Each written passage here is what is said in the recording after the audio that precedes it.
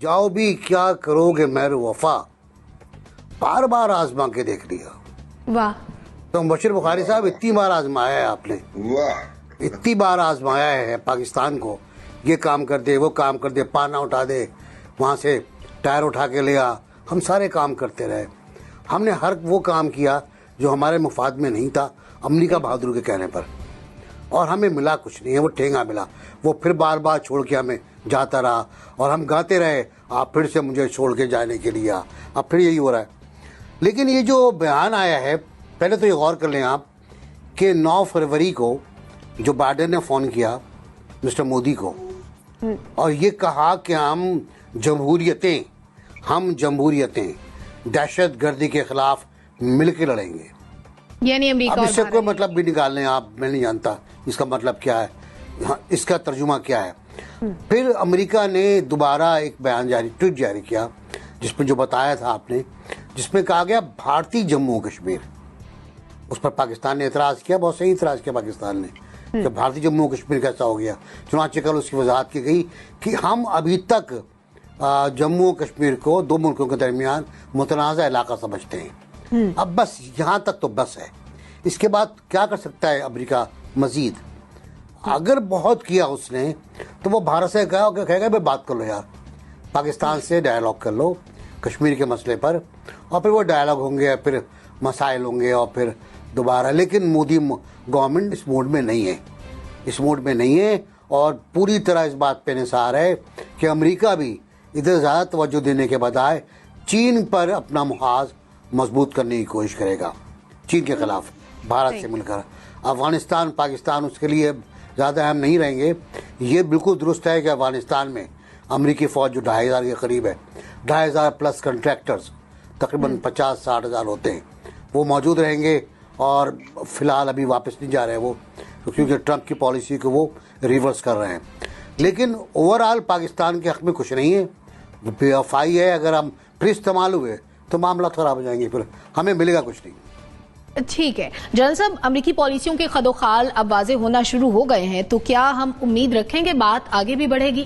دیکھیے، بات آگے بڑھنے کا تو کوئی چانس نہیں ہے. امریکہ نے اتنے عرصے میں کوئی ایسی کوشش نہیں کی، بلکہ جنرل مشرف کے دور میں پاکستان کو یقین دہانی کرائی گئی کہ پاکستان کی طرف سے جو یہ جہادی گروپس جاتے ہیں وہاں پہ ان کو روکا جائے اور امریکہ کشمیر کا مسئلہ حل کرانے میں مدد کرے گا. لیکن وہ جہادی گروپ تو چلے گئے، وہ الٹا پاکستان کے خلاف لڑنا شروع ہو گئے اور کشمیر میں وہیں کا وہیں رہا مسئلہ، اور امریکہ نے اس کے بعد کوئی کوشش نہیں کی. اس کے بعد حالات اب بدل چکے ہیں. اب تو اگر امریکہ اس بات کا کوئی اندیا دے یا وہ اس بات کے لیے تیار بھی ہوں اور بھارت بھی مان جائے کہ کوئی ثالثی ہوگی، تو میرا اپنا اندازہ ہے کہ امریکہ کبھی بھی ایک ایماندار ثالث کی طرح کام نہیں کرے گا. وہ بھارت کی فیور میں کرے گا، جس طرح اس نے افغانستان میں ہم سے کام لیا اور جا کے سیٹل وہاں پہ بھارت کو کر دیا اور بھارت وہاں سے آج دن تک آپ کے لیے مسئلہ بنا ہوا. تو یہ میرا خیال ہے امریکہ پہ کوئی توقع رکھنی نہیں چاہیے. اور پھر یہ جیسے حالات بدلے ہیں، اب امریکہ کا ایک اتحادی بن چکا ہے، بھارت بڑا ان کا ایک وائٹل اتحادی ہے، تو اس اسٹیج کے اوپر وہ جو کچھ بھی ہے وہ اس سے انکار کر نہیں سکتے کہ اس لیے کہ وہ قراردادیں موجود ہیں، لیکن اگر ان کے بس میں ہو تو وہ فیور کریں گے بھارت کی. لہٰذا امریکہ سے توقع کرنے کی بجائے ہمیں اپنی انڈیپینڈنٹ پالیسی رکھنی چاہیے. ٹھیک ہے مونا، آپ کیا کہنا چاہیں گی؟ دیکھیں، مجھے نہیں لگتا کہ کسی نے یہ توقع رکھی بھی ہوگی کہ کوئی، بالکل میں اس بات سے متفق ہوں اس نقطہ نظر سے کہ آپ کو کشمیر بالکل آپ کے جھولی میں لا کر دے دے گا امریکہ اور امریکہ آپ کو اس میں مدد کرے گا. یہ بات نہیں ہے. بات صرف ہے پیش رفت کی، کہ جو اس وقت کشمیر پہ معاملات ہیں اس میں پیش رفت کتنی ہمارے حق میں کسی بھی پرٹیکولر یو ایس رجیم میں ہو سکتی ہے. تو ڈیموکریٹس کی تو جہاں تک بات ہے وہ واقعی انہوں نے بڑی ڈپلومیسی سے اس معاملے میں کام لیا ہے، ان دا سینس کہ وہ ایک تو کشمیر کے اوپر اصولی اپنا موقف ہمیشہ یہ رکھتے رہے ہیں، لیکن ساتھ ساتھ انہوں نے پاکستان کو بھی ہمیشہ ڈو مور کی طرف بولا ہے کہ پاکستان شوڈ ڈو مور اور ہماری طرف ٹیررزم وغیرہ وغیرہ. تو اس قسم کے معاملات انہوں نے پہلے بھی رکھے ہیں. اور آپ کو پتہ ہے کہ امریکہ ہو یا کوئی بھی ہو، تو امریکہ میں بالخصوص وہ پینٹاگون ڈریون جتنی ان کی پالیسیز ہیں، جب ٹرمپ جیسا جو ایک شخص تھا یا اس کی جیسی جو پرسنالٹی تھی جو کہ کافی آپ اسے کہیں کہ وہ نی جرک ریئیکشنز دیا کرتا تھا، جب اس قسم کا انسان کمٹ کرنے کے متعدد مرتبہ کمٹ کرنے کے باوجود بھی کچھ نہ کر سکا. کتنی دفعہ ڈونلڈ ٹرمپ نے کہا تھا کہ میں ثالثی کا کردار ادا کرنے کے لیے تیار ہوں، لیکن کیا ہوا؟ وہ صرف ایک بیان ہی رہا. تو اگر وہ اس جیسی پرسنالٹی نہ کر پایا تو ظاہر ہے ڈیموکریٹ سے اور جو بائیڈن جو کہ کافی سیزنڈ پولیٹیشین ہے، مجھے نہیں لگتا کہ ان سے یہ توقع رکھنا ٹھیک ہوگا. ہاں البتہ یہ کہ بیانات ہمیں آن اینڈ آف ہمارے حق میں نظر آتے رہیں گے، جیسے کہ ہم نے یہ دیکھا ہے کہ کشمیر کے سینس میں، لیکن ہیونگ سیڈ دیٹ جو پالیسیز ہیں وہ انٹیکٹ رہیں گی. بالکل اکنامک انٹرسٹ کی بات ہو چکی ہے، ڈیفنس ڈیل کی بات ہو چکی ہے. ایک اور چیز یہ کہ آپ دیکھ لیں کہ عرب ورلڈ سے کتنی قربتیں اختیار کی ہیں گزشتہ ادوار میں یہ انڈیا نے، اور وہ بھی اسی وجہ سے ہوا ہے کیونکہ یو ایس کا اس میں ایک بہت اہم کردار تھا، وہ بھی ٹرمپ رجیم کے ہوتے ہوئے ہی ہوا ہے. تو ظاہر ہے وہ تو آپ سمجھیں کہ ان کے تعلقات تو ان سے اور زیادہ قریب تر ہو گئے ہیں، اور معاشی بھی جو انٹرسٹس ہیں وہ بھی بڑھتے جا رہے ہیں روز بروز. ہمارے پاس آن دا ادر ہینڈ کیا ہے؟ ہمارے پاس اسٹریٹجک ایج ہے، خاص طور پہ افغانستان کے معاملے کو لے کر. ہاں اس کے اندر اب یہ بات ہمارے پاس ہے کہ ہم اپنے اس ٹرمپ کارڈ کو کتنی اچھا پلے الانگ کر لیں گے امریکہ کے ساتھ، لیکن یہ ایکسپیکٹیشن رکھنا بالکل مجھے لگتا ہے نہ کسی نے رکھی ہے، اور نہ غالباً ہم میں سے کوئی بھی یہ بات کہنا چاہ رہا تھا کہ کشمیر کے اوپر ہم ایسی ایکسپیکٹیشن رکھیں کہ وہ کشمیر ہماری جھولی میں ڈال دے امریکہ. یہ بالکل غلط ہے. جو کرنا ہے ہم نے خود کرنا ہے، اور مجھے لگتا ہے جو انحصار امریکہ پہ ونس اپون اے ٹائم شاید ہمارا ہوا کرتا تھا اس معاملے پہ، وہ بھی دن بدن فیڈ اوے ہوتا جا رہا ہے، کیونکہ حقیقتیں سب کو پتہ ہیں، انڈیا سے قربتیں بھی ان کی سب کو پتہ ہیں.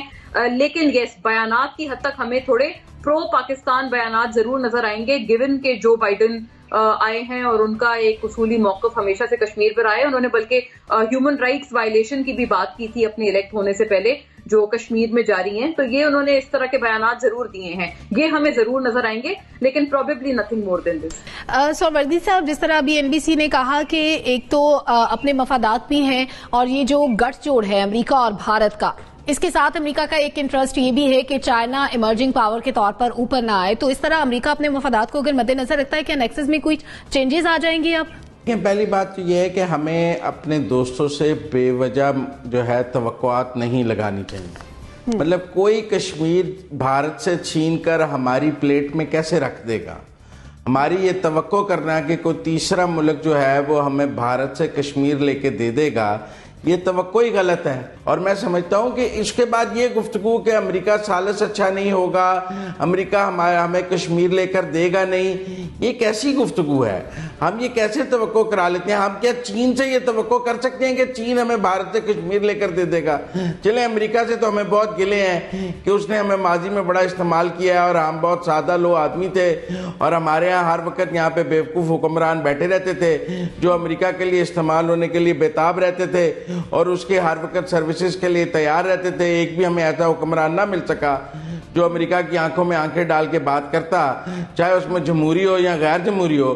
لیکن کیا ہم یہ توقع دوسرے دیگر دوست ممالک سے کر سکتے ہیں؟ نہیں. کشمیر اگر پاکستان نے حاصل کرنا ہے تو اپنے زور بازو پہ حاصل کرنا ہے، اپنی طاقت پہ حاصل کرنا ہے، پاکستان کو مضبوط کر کے حاصل کرنا ہے. نہ امریکہ چین لے کے کشمیر لے کے دے سکتا ہے، نہ چین کشمیر لے کے دے سکتا ہے. تو لہذا ایک تو میں اس ساری گفتگو پر مجھے کبھی کبھی حیرانی بھی ہوتی ہے کہ ہم کیسے یہ توقعات لگا لیتے ہیں کہ ہم تو وہ لڑائی لڑنے کے لیے تیار نہیں ہیں، لیکن کوئی تیسرا ہمارے لیے وہ لڑائی لڑ دے. اور ہمیں قوم کو یہ بھی نہیں کہنا چاہیے بار بار کہ ہم کشمیر کے ہم جنگ کے لیے تیار نہیں ہیں، جب ہم پہلے ہی کہہ دیتے ہیں کہ جنگ تو ہم نے کرنی نہیں ہے، آپ ویسے ہم سے بات کر لیں. یہ کیا نیریٹو ہے اور یہ کیا ڈپلومیسی ہے؟